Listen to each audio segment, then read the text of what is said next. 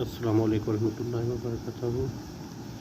आज एक video viral हो रही थी जो एटमी साइंसदान है डॉक्टर समर मुबारक, जो कुलीग हैं डॉक्टर अब्दुल करीम रहमतुल्लाह के कुलीग हैं, जिनके साथ मिलकर काम करते रहे हैं और जिन्होंने मिलकर जो है पाकिस्तान एटमी असासे को क्रिएट किया। तो उन्होंने एक वीडियो इंकशाफ किया कि जो वज़ीर मवासलात डॉक्टर प्रोफेसर एहसन कमाल साहब, जो PMLN से तल्लक है, वो हालिया जो असम्बली वज़ीर के अंदर मिनिस्टर भी रहे हैं मवासलात के। तो इनके लिए जब इनको बताया गया कि हमने बिजली की जो थर पार करके सिंध के अंदर हमने एक प्लांटिंग की है और बिजली बननी शुरू हो गई है, बहुत सस्ती बिजली है, तो जब इनको इसकी खुशखबरी दी गई तो इन्होंने उसकी फंडिंग ही बंद कर दी। तो एहसन कमाल साहब का तार मैं आपको प्रोफेसर पढ़े लिखे आदमी हैं, और जो ये हालिया दिनों में जो 2017 में तहरीक लबैक के दफ्तर में मटीरियल मिनिस्टर भी थे और बहुत से दावे करते थे। तो ये हम पाकिस्तान से मोहब्बत करें। जो इनकी अब डॉक्टर समर का मैं बयान लगा रहा हूँ, आखिर में इसको आप पूरा सुनिएगा, वो पूरा देखिएगा इस बयान को और इस नज़रिए और आने वाले जो इलेक्शन है, जो अभी आ रहे इलेक्शन, इनमें आप फैसला आपने करना है कि वोट किसको देना है किसको नहीं देना है। ये जितने भी हैं ये इम्पोर्टेंट ग़ुलाम हैं, जो बाहर की ग़ुलामी करते हैं और पाकिस्तान में हुकूमत करते हैं।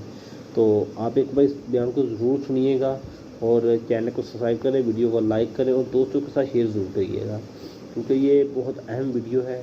जो एहसन के बाद एक छोटी शख्सियत नहीं है, बहुत बड़ा मिनिस्टर भी रह चुका है ये नवाज शरीफ हुकूमत में, और PDM का पूरा किरदार इसके अंदर है। ये ज़्यादा पुरानी बात नहीं, अभी की बात है। जो कोयले के ऊपर पावर प्लांट लगाए हैं बिजली बनाने के लिए, इतना महंगा तेल खरीद कर बाहर से बिजली इतनी महंगी दी जा रही है, और ये अपने मुल्क के अंदर जो इतना कोयला वाफर मकदार में उसके ऊपर बिजली बनने की जो है साइंसदान बिजली बना रहे पाकिस्तान, जिन्होंने पाकिस्तान को एटम बम बन दिया, पाकिस्तान को एक जोहरी क़ुव्वत दी और पूरी दुनिया में बनवाया, और उनकी फंडिंग बंद की जा रही है। तो इस बयान को आप एक बार ज़रूर सुनिएगा, अपनी राय का कमेंट सेक्शन में अपनी राय ज़रूर दें, और जो भी आप करें इलेक्शन में इनकी अच्छी आपने करनी है। अभी अपने निज़ाम मुस्तक़ की तरफ बढ़ो, अपने बढ़ चुके हैं अभी, क्योंकि हमारे अभी तो आखिरी जमात है, अभी एक ही जमात का ऑप्शन रह चुका अभी तहरीक लबैक है।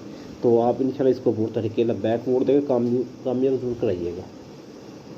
तो आप अपनी कमेंट का अपनी राय का कमेंट सेक्शन में ज़रूर, चैनल सब्सक्राइब ज़रूर करें, वीडियो को लाइक करें, शेयर करें। अस्सलाम वालेकुम। गवर्नमेंट को दिलचस्पी है उसको आगे लेके चलें, ना फेडरल गवर्नमेंट को दिलचस्पी है कि उसको आगे लेके चलें।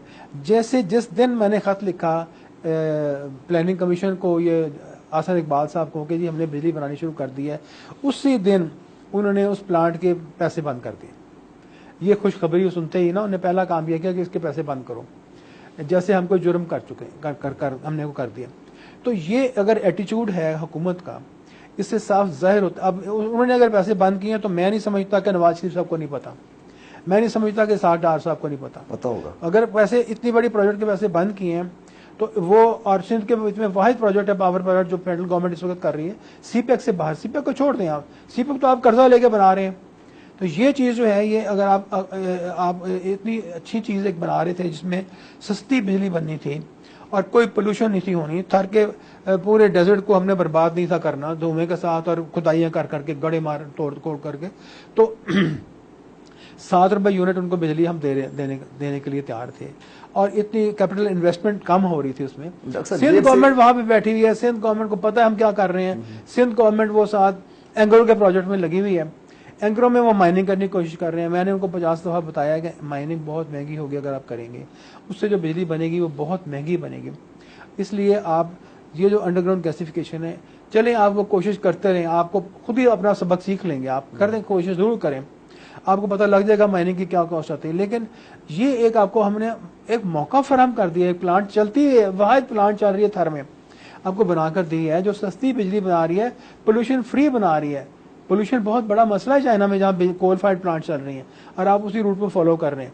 अगर आपके मुल्क में नीचे ज़मीन के ज़ेर ज़मीन इतने ज़्यादा ज़खायर हैं शेल गैस के और शेल ऑयल के, कि अमेरिकन सर्वे कहती है कि दुनिया का सबसे बड़ा ज़ख़ीरा तेल का और गैस का आपके मुल्क के नीचे शेल की शक्ल में, शेल स्टोन में मौजूद है।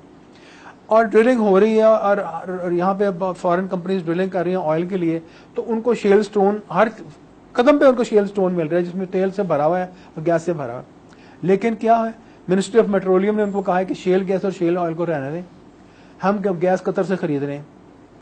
تو آپ اگر خریدنے میں چیزیں باہر سے اور اس ملک کو چلانے میں انٹرسٹڈ ہیں تو پھر اس کا مطلب ہے آپ کو اس ملک کی معیشت سے کوئی انٹرسٹ نہیں ہے, کیونکہ ان دا لانگ رن آج آپ کو کوئی فائدہ نظر آ رہا ہوگا کیونکہ لوگوں کو ریلیف ہو جائے گا, سردی میں گیس کی لوڈ شیڈنگ کم ہو جائے گی. لیکن لانگ رن میں 30 سال میں کیا ہوگا, 30 سال میں یہ ہوگا کہ آپ نے اپنی شیل گیس سے 4 گنا قیمت پہ قطر سے گیس خریدی ہے, اور اس سے کیا آپ کی انڈسٹری پہ اور معیشت پہ برا اثر پڑا ہے.